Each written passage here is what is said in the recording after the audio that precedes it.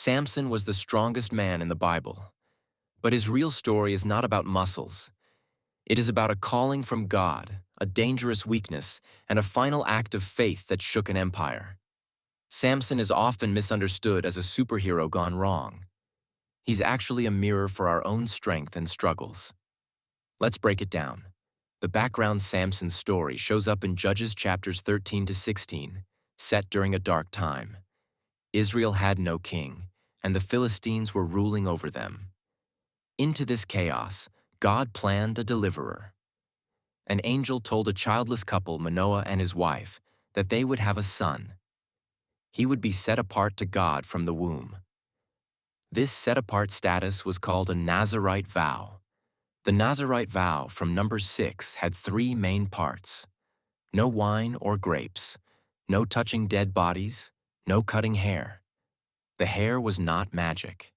It was a visible sign of a lifelong promise to God.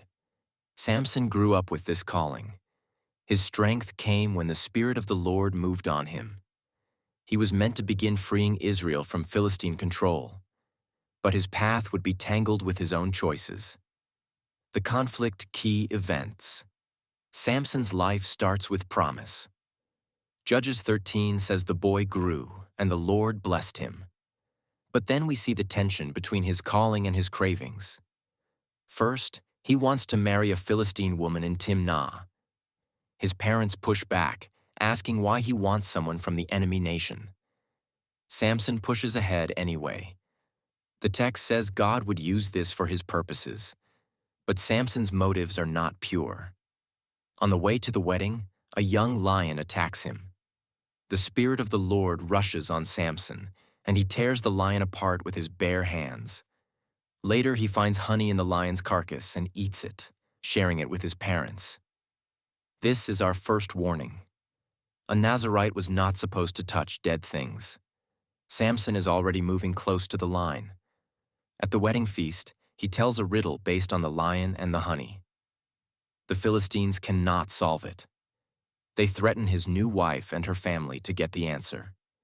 She presses Samson until he tells her. The men solve the riddle, and Samson explodes with anger. He goes down to Ashkelon, kills 30 Philistines, and uses their garments to pay his bet.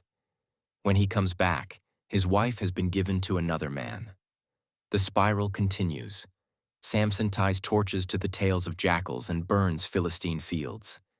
They retaliate by burning his wife and her father. The conflict now is personal and national.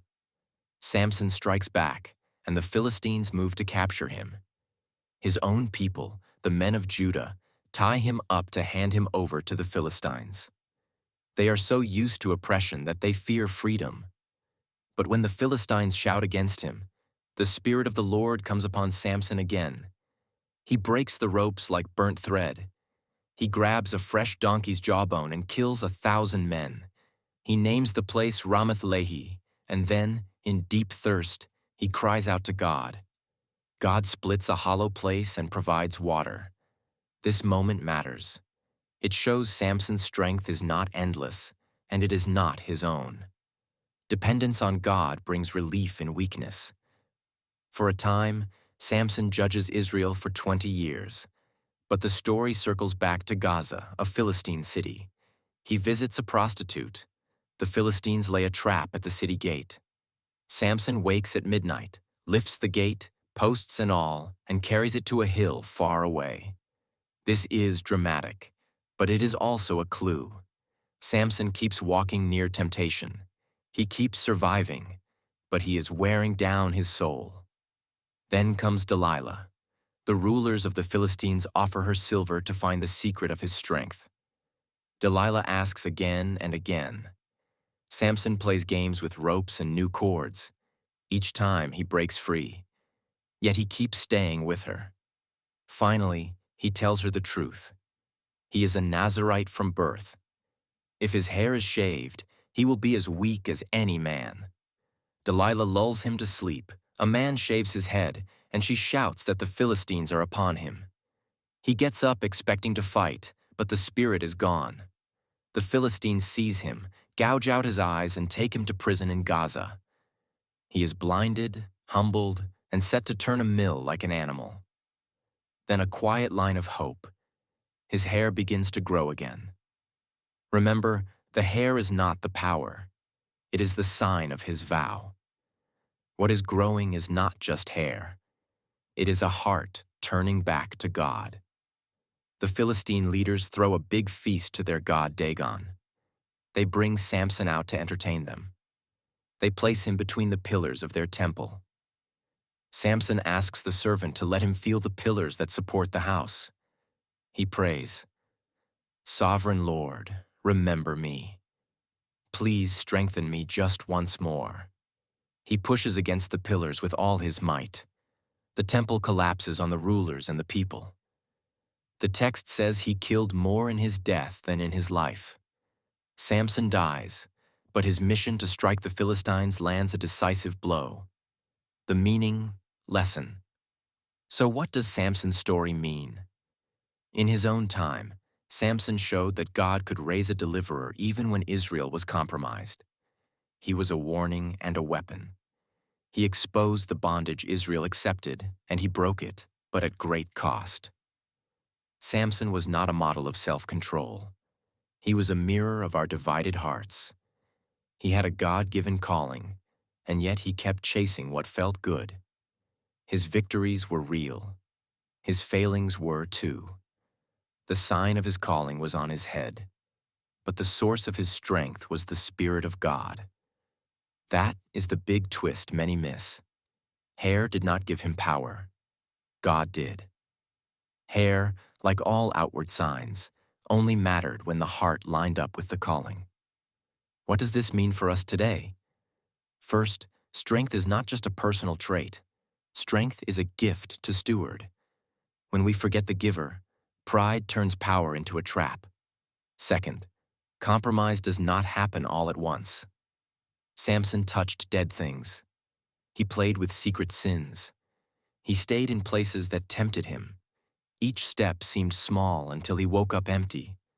Guard the small steps. Third, failure is not final when there is repentance. In prison, blind and broken, Samson returned to the God who called him.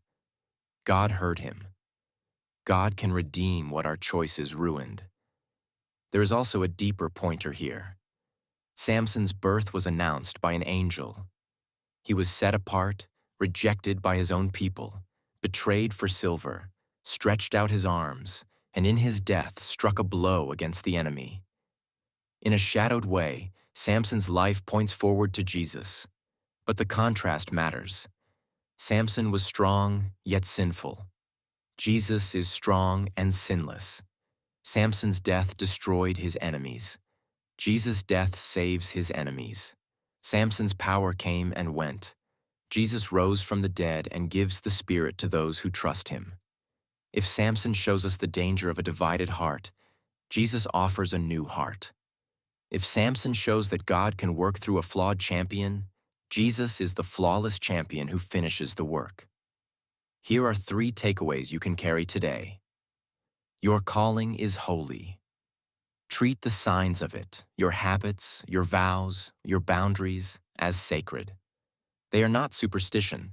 They point your heart back to God. Small compromises become big collapses. Pay attention to the habits you keep near temptation. Ask for help. Move your feet. When you fail, cry out. God meets repentant people in prisons of their own making. He can give new strength for a new chapter. Samson's story is not here to make us feel strong. It is here to make us feel dependent. When the Spirit empowers a surrendered life, even our scars can serve God's purpose. So who was Samson? A set-apart judge with a divided heart, whose final prayer shows that real strength is found not in our hair, but in the God who hears us when we return to Him. To keep your mind sharp, subscribe for more videos like this one.